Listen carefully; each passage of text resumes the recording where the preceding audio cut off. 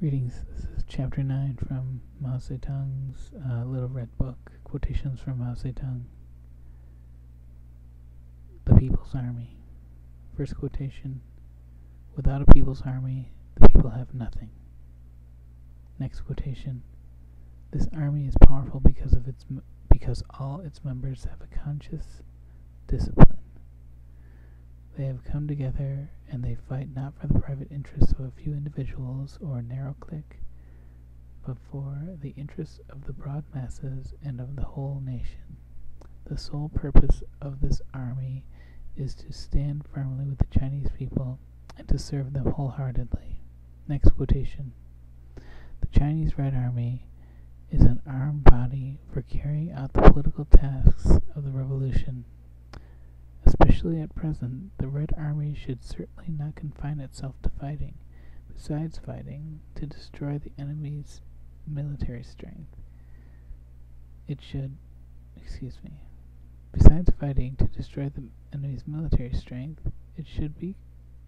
shoulder such important tasks as doing propaganda among the masses, organizing the masses, arming them, helping them establish revolutionary political power, and setting up party organizations. The Red Army fights not merely for the sake of fighting, but in order to conduct propaganda among the masses, organize them, arm them, and help them to establish revolutionary political power. Without these objectives, fighting loses its meaning, and the Red Army loses the reason for its existence. Next quotation: the People's Liberation Army is always a fighting force. Even after countrywide victory, our army will remain a fighting force during the historical period in which classes have not been abolished in our country and the imperial system still exists in the world. On this point, there should be no misunderstanding or wavering. Next quotation: we have an army for fighting as well as an army for labor.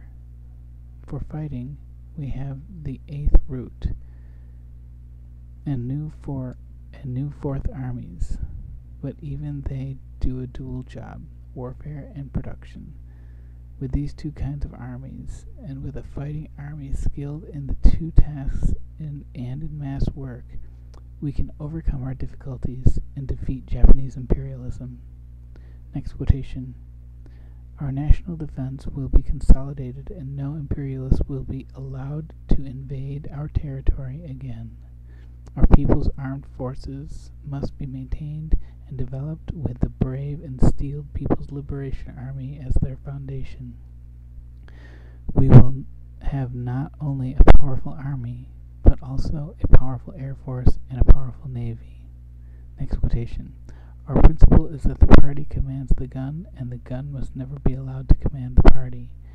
Final quotation: all our officers and fighters must always bear in mind that we are the great People's Liberation Army.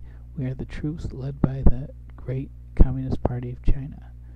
Provided we constantly observe the directives of the party, we are sure to win. This was Chapter 9, Mao Tse Tung's Little Red Book. Thanks for listening.